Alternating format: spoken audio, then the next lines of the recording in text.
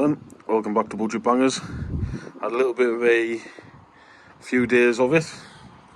Mainly being quiet, trying to get rid of some cars before we start moving on to our next ones. I don't like having too much money sat around in cars, really.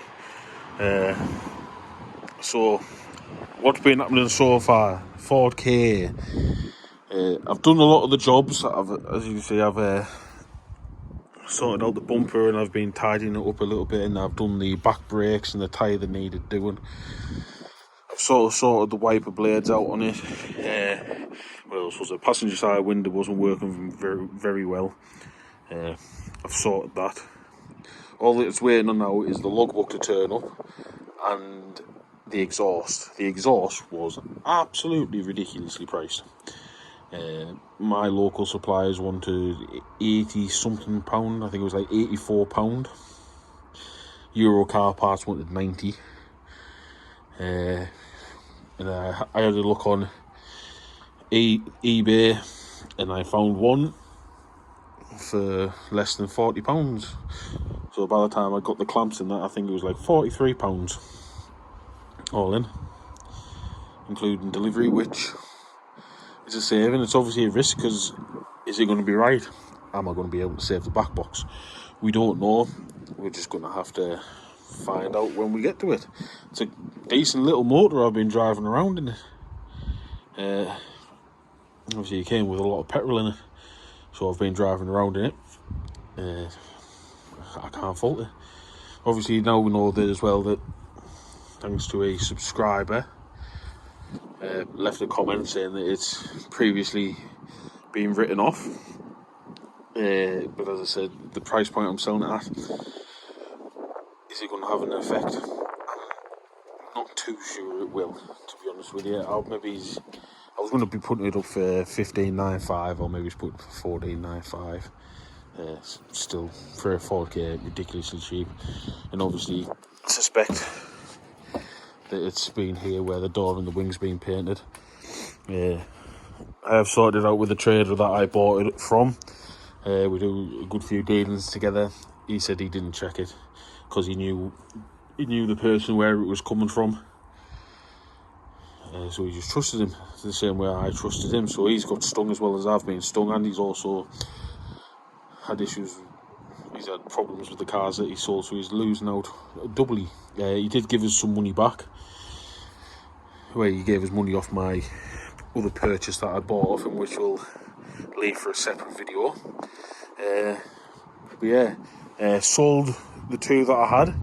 Sold them a lot quicker than what I was expecting, if I'm being honest with you. The little Clio, the £130 scrap one, that's gone. Sold. That's going to be somebody's first car. Cracking little car. I was sad to see that go after all the work that been put into it and things like that. And the Chrysler Ypsilon,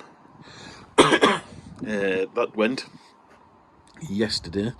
I think it was. Somebody messaged me through my business page and said they had a car they were wanting to get rid of. It's scrap basically. Could we do a deal on it? We came to a deal. Obviously I allowed a bit more for the part exchange to get the deal done, but there was still decent money made from it. So everybody's happy, and I'll show you around this part exchange. Now, it's going to the scrapyard more than likely, unless somebody wants to buy it for parts. It's grim. I'm not going to lie. It is.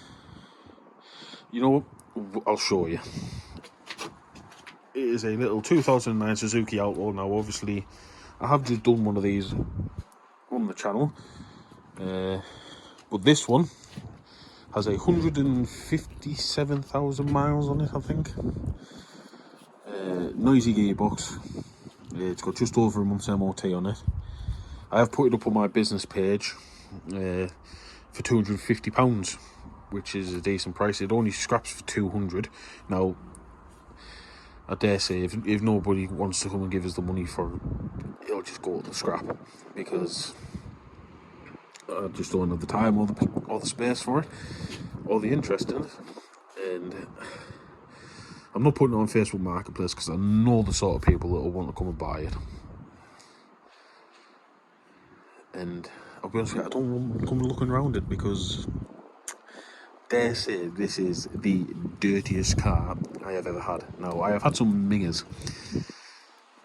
in my recent times and in my times altogether, but this just tops a lot of them. I have just noticed it has really clean original wheel trims on it, which I'll nick off it. So that's all good. That's my profit. But we'll have a look inside, and it is grim. Now, I've just watched a video of High Peak Autos where he was complaining about the state of a Polo, I think it was, that he bought, and saying how manky it was. I was looking around that thinking that's not too bad. I'd be quite happy with that. I wish you could smell it because it's grim. Yeah. Obviously, we can see here, I'm assuming they're little cartridges for a vape, because she was vaping while she was here. We've got a door pocket full of stuff. I'm not sticking my hand in there. Now, that, I dare say, is the good part. You can see, obviously, the carpet is absolutely minging. Now, the front, I dare say, is the best part. And what makes it even worse is this car, when it was last tested, had 135,000 miles on it. It has now got just under 158. So it's done over 20,000 miles in this condition. In here. I mean, like, look at the passenger seat. Now, obviously, it's a dog car. They had a Siberian Husky. I think they've left half of it in here. I don't know how the dog had any hair. Look at that centre console. And this is the good part. This is the good part. Just keep that in mind. Now, I am a dog owner. Obviously, you've seen my dogs in the background in my videos. And I have had dogs my whole life. I've lived in a house with dogs for as long as I can remember. I have never gone without having a dog. Multiple dogs at most occasions.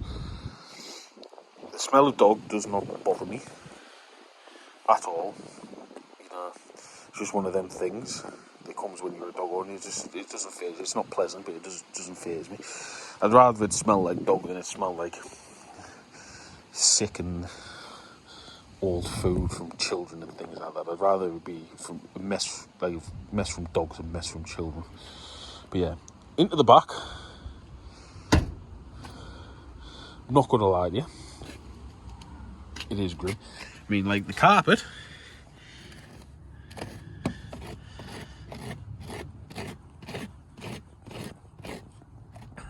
is thick. It's supposed to be a darkish grey, I think. It's more white. I'm not going to lie, I nearly cried when I saw the Chrysler, because straight away, first thing that happened is the dog got chucked on the back seat. And I just thought to myself, I've just valeted that car. You know, I take pride in valeting my cars. But this is how the Chrysler's probably going to look. Now, they did say they were going to get a cover for the back seat and things like that, but yeah, I dare say you're going to need some. I mean, like, I don't even know how a car gets like this. You know, it's a good job it's going to the scrapyard.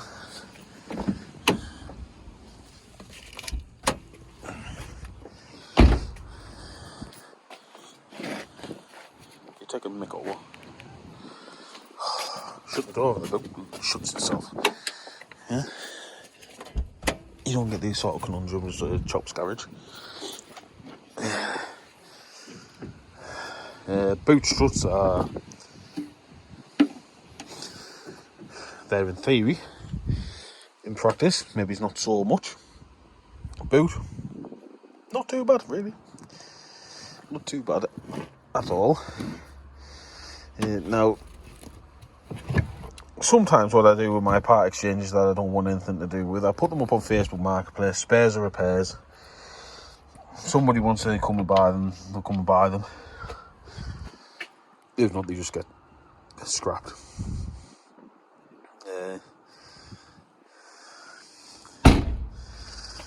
This one is not getting put up on Facebook Marketplace because the sort of people that will come in, I personally guarantee you, as soon as they open the door, they will just turn away.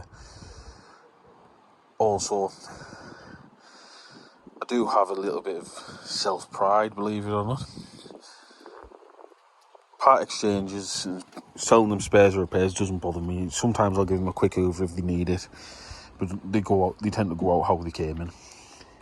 This, on the other hand, is not going out. I'm not having this car associated with me in any way, shape or form other than the fact that it's scrap. It's a shame because, I mean, like, if the gearbox wasn't noisy, it'd still be a car. It'd be a really cheap outlook because you don't get a lot of this sort of mileage on it. The only real damage is that bit on the door. So that's why I'm trying to sell it to somebody who will strip it, because I dare say, yeah, there's still dog hair floating around in the air. Yeah, it's got a brand new tyre on it as well, which means absolutely nothing to me. But yeah, it's a shame. I could have done with this before I had that outlaw, because I could have absolutely butchered this for parts. But yeah, I've never looked under the bonnet. To be honest with you, when she part exchanged it, I never even went to look at it. Because I knew what was going to happen to it. So, really, it was only going to be good news in a sense, because if I went to it and it was a Minter, I probably would have looked into getting it fixed. But as it is, I don't even want to sit in it. I'm going to be moving these cars out of the way so I can get my latest purchase up onto the driveway. And I dare say this is probably going to be getting left out in the street, waiting to get collected by the strapman. Scraps for 200 quid. That's beautiful. So I did offer it out to people who wanted to break it for 250. So, you know, covers me a little bit so I can get a bit extra out of it. Now I had the Chrysler up for $13.95, and I let it go. I think the total deal was 1,200 quid basically. I think it was. Yeah, they gave us £1,000 for the car, and obviously I'm going to get £200 for that. So I allowed £395 for that. Was it a sensible move? Probably not. But at the end of the day, I'm making money, so I'm not going to complain. If there's a profit there, there's a profit there. If there's not, then that's my problem, not the person buying the car. It's not their problem. So, yeah. I've got some more purchases on the way. I've obviously got the one that's on my truck at the minute, waiting for me to. I've been offered something else, which I'm probably just going to trade straight out. I have spoke to a trader I got these two cars from, and seeing if he wants to buy it so I can make myself a little bit of pocket money out of it. I could probably make more out of it, but I've got plenty of stuff to be doing at the minute, and if I can make a little bit for doing nothing, I'll make a little bit for doing nothing.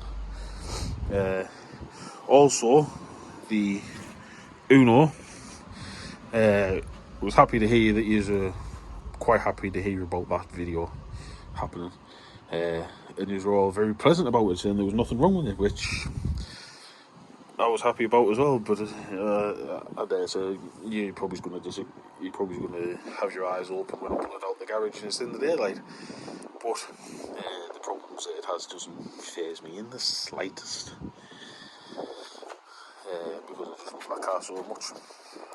But yeah, lots happening, lots to do, lots to carry on doing.